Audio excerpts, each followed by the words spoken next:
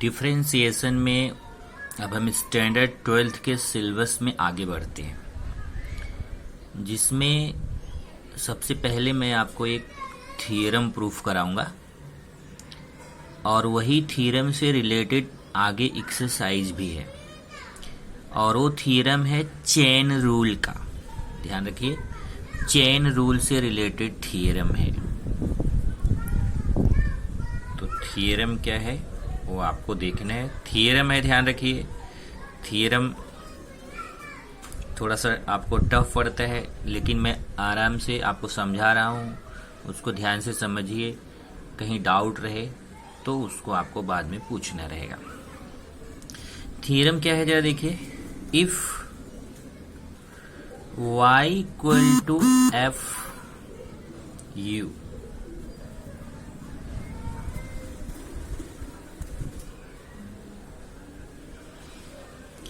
is a differentiable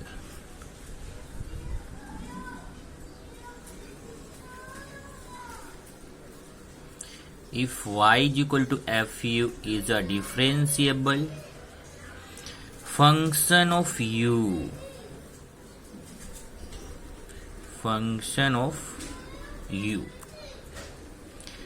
and u equal to gx is a differentiable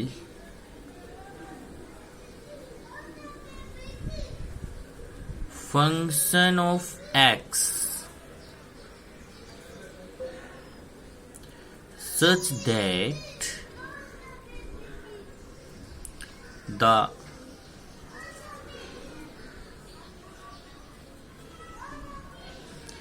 composite function y equal to f gx is a differentiable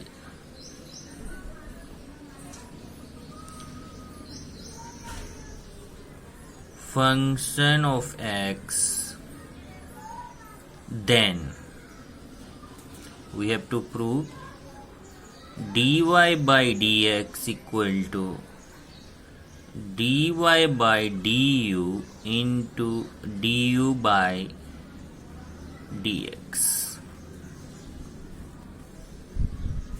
dy by dx equal to dy by du into du upon dx. यही proof करना है हमें, ये given है proof.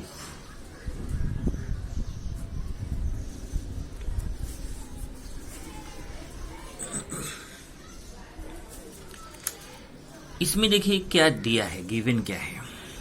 एक तो दिया है y is differentiable function of u। यहाँ पे दोनों वेरिएबल है, y है और u है। तो u कैसा है, u पे y डिपेंड है, so u is independent variable and y is dependent variable. ये फंक्शन जो y equal to f u है, इसमें u क्या है, u इंडिपेंडेंट वेरिएबल है और y dependent variable. So y is differentiable function of u।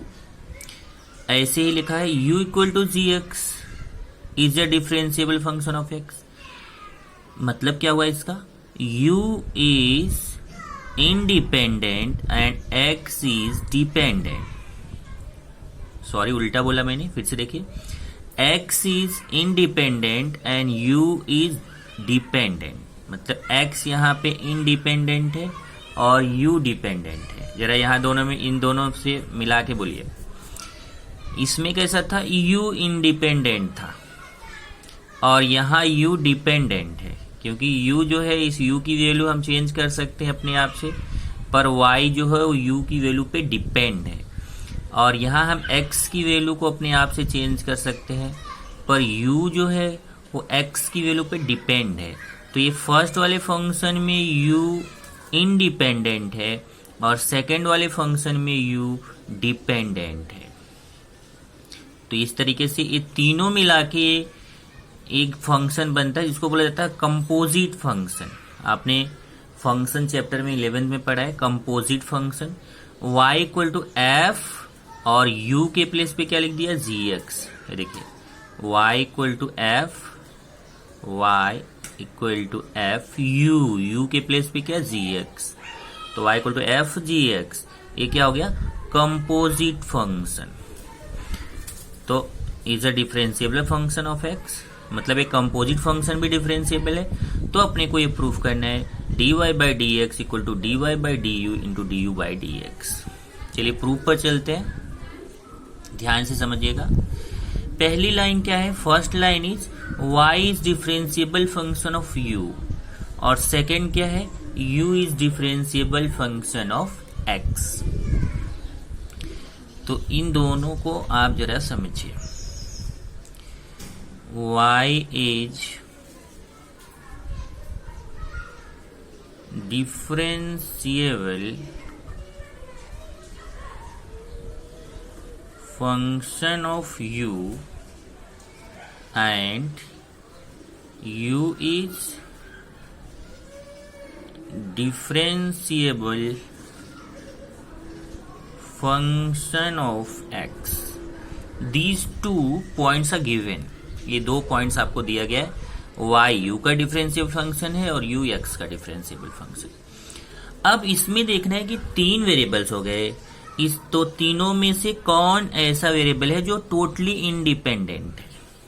तो आप अपने मन में सोचिए कि कौन सा है, y u और x में तीनों में कौन टोटली इंडिपेंडेंट है। तो x टोटली इंडिपेंडेंट है, क्योंकि यहाँ u डिपेंड हो जाता है, यहाँ y डिपेंड हो जाता है, तो ये दोनों डिपेंड है पर x टोटली इंडिपेंडेंट है। तो इसके लिए हम चेंज किस में कर सकते हैं, केवल x में। तो let del x be the, इसको डेल्टा x भी बोल सकते हैं, डेल x भी, दोनों राइट है, be the small increment in x। अब हम क्या करें, x की वैल्यू में बहुत छोटा सा इंक्रीमेंट कर रहे हैं डेल्टा x का, और जब x की वैल्यू में आप इंक्रीमेंट करेंगे तो क्योंकि x पे u डिपेंड है तो u की वैल्यू पे होगा चेंज, और u पे डिपेंड y है, तो जब u में चेंज होगा तो y में भी चेंज होगा। Okay, then delta u and delta y are the small increments in u and y respectively आपको समझ में आता है। u में डेल्टा u का इंक्रीमेंट होगा और y में डेल्टा y का इंक्रीमेंट होगा। Okay, if delta x tends to 0 then delta u also tends to 0। अगर हम डेल्टा x की वैल्यू को 0 मान लेंगे तो क्योंकि u भी जो है वो x की वैल्यू पे डिपेंड है, तो अगर x में इंक्रीमेंट करेंगे तो u में होगा, अगर x में इंक्रीमेंट नहीं करेंगे तो u में भी नहीं होगा। तो if delta x tends to 0 then delta u also tends to 0। ये लाइन क्लियर है? इसका हमें बाद में यूज करना है। अब नॉर्मली आप जानते हैं delta y upon delta x equal to delta y upon delta u into delta u upon delta x। यहां से देखिए delta y upon delta x को आप ऐसे लिख सकते हैं, delta y upon delta u into delta u upon delta x। अगर आप डेल्टा u कैंसिल करो तो क्या बचेगा, delta y upon delta x। तो इसको ऐसे लिख सकते हैं, delta y upon delta x को delta y upon delta u into delta u upon delta x। Taking limit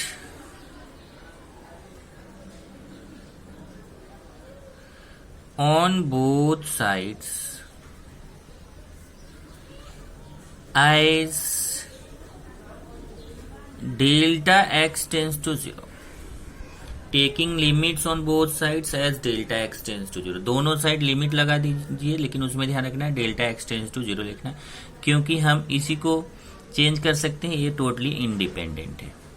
तो मैं इधर भी लिमिट लगाऊंगा, इधर भी limit delta x tends to zero, delta y upon delta x equal to limit delta x tends to zero, delta y upon delta u into delta u upon delta x. तो दोनों तरफ limit लगा दिया। अब ये limit separate हो जाएगा, तो लेफ्ट साइड सेम लिखो, delta y upon delta x. ये दोनों लिमिट सेपरेट कर दीजिए, limit delta x tends to zero, delta y upon delta u into limit delta x tends to zero, delta u upon delta x. पिछले lecture में आपको बताया था मैंने कि जो नीचे आपका होता है डिनोमिनेटर में वो इंडिपेंडेंट होता है, तो वही टेंस टू जीरो होना चाहिए। तो यहां देखेंगे तो यहां डेल्टा एक्स नीचे है, तो यहां delta x tends to zero, यहां पे भी डेल्टा एक्स है तो delta x tends to zero. पर यहां प्रॉब्लम है, यहां डेल्टा यू है पर यहां लिखा हुआ delta x tends to zero, तो इसमें हमें चेंज करना है। इसमें ध्यान से देखिए, यहाँ नीचे डेल्टा एक्स है तो यहाँ delta x tends to zero सही लिखा है, यहाँ पे भी डेल्टा एक्स है तो यहाँ delta x tends to zero ये भी सही लिखा है। पर यहाँ गड़बड़ है, डेल्टा यू है तो यहाँ पे delta u tends to zero होना चाहिए, जो नीचे है उसी का टेंस जीरो। और वो आप इजिली लिख सकते हो, इक्वेशन 1 से आप देख लीजिए कि अगर delta x tends to zero है तो delta u tends to zero, तो जहां delta x tends to zero है मैं वहां पे हटा के delta u tends to zero लिखूंगा। Limit delta x tends to zero, delta y upon delta x equal to limit. अब यहाँ delta x tends to zero को हटा के क्या लिखेंगे, delta u tends to zero, delta y upon delta u into limit delta x tends to zero, delta u upon delta x. इसको equation 2 कर दीजिए। यहाँ पे आप लिख सकते हैं फ्रॉम 1 से आप delta x tends to zero then delta u tends to zero. तो यहाँ पे delta x tends to zero को की जगह क्या लिख दिया, delta u tends to zero. Okay,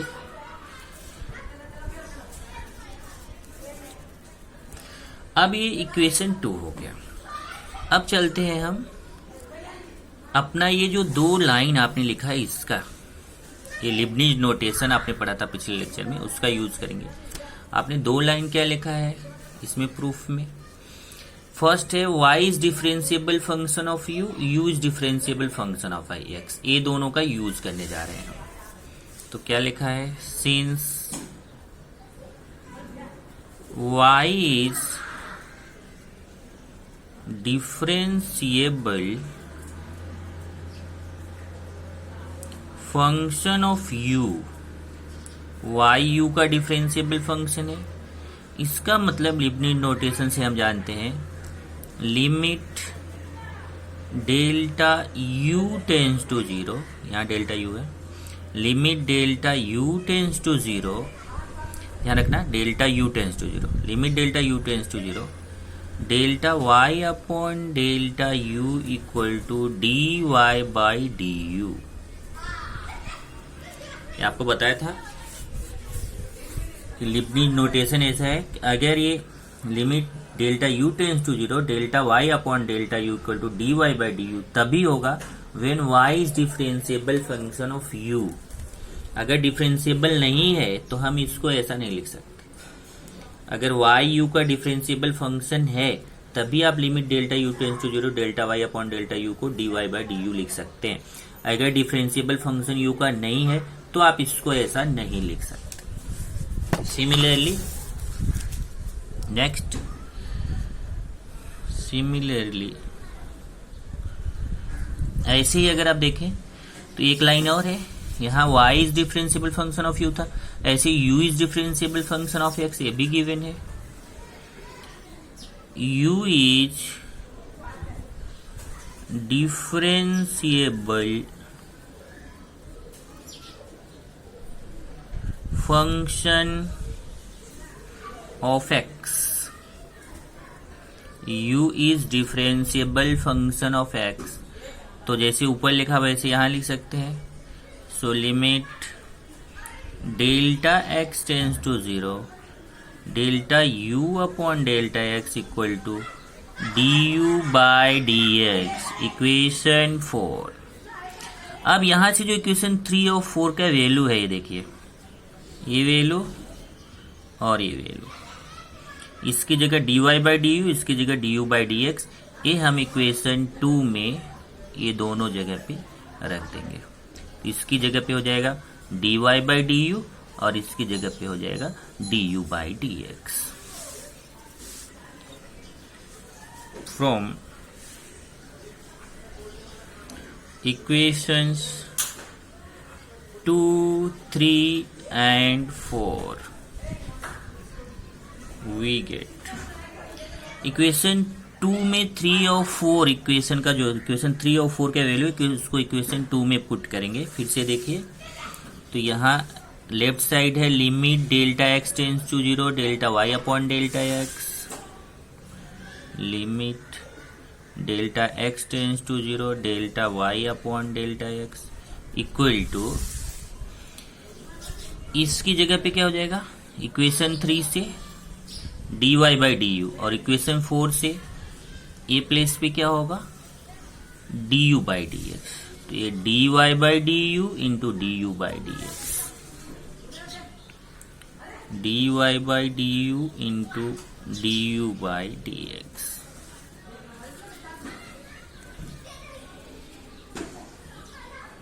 अब यहां से देखेंगे कि ये जो राइट साइड का लिमिट एग्जिस्ट कर गया है. अगर राइट साइड का लिमिट एग्जिस्ट कर रहा है तो लेफ्ट साइड का भी लिमिट एग्जिस्ट होगा.